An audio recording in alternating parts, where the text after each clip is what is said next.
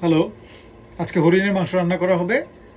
আজকে প্রত্যেকটা স্টেপ দেখানো হবে, কিভাবে কোন মশলার পরে কিভাবে আমি প্রসেস করছি। আশা করি রেসিপিটা ভালো লাগবে, সঙ্গে থাকুন। হরিণের মাংস 1 কেজি সমপরিমাণ।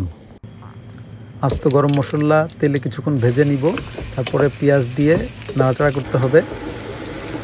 পেঁয়াজের মধ্যে কিছু আস্ত জিরা দেয়া হলো, আর মশলা বলতে এর মধ্যে দেয়া হলো হলুদ, মরিচ, ধনিয়া, জিরা, মিট পাউডার এবং লবণ। তারপরে কিছু জিঞ্জার গার্লিক পেস্ট দিলাম, তারপর নাড়াচাড়া করতে হচ্ছে।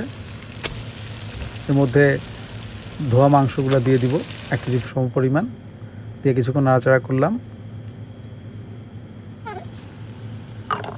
ঢেকে দিব। আবার কিছুক্ষণ পরে নাড়াচাড়া করে নিব। তারপরে আস্ত কিছু রসুন দিলাম।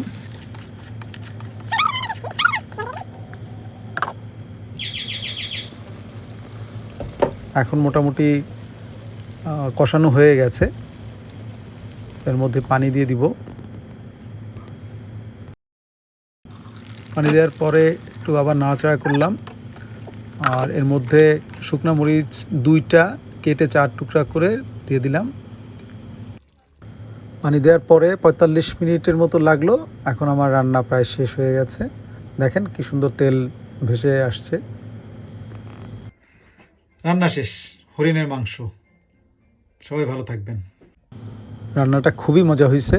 একটা কথা বলে রাখি, ইউকেতে হরিণের মাংস লিগ্যাল খাওয়া, এ কারণে সহজলভ্য আর কি।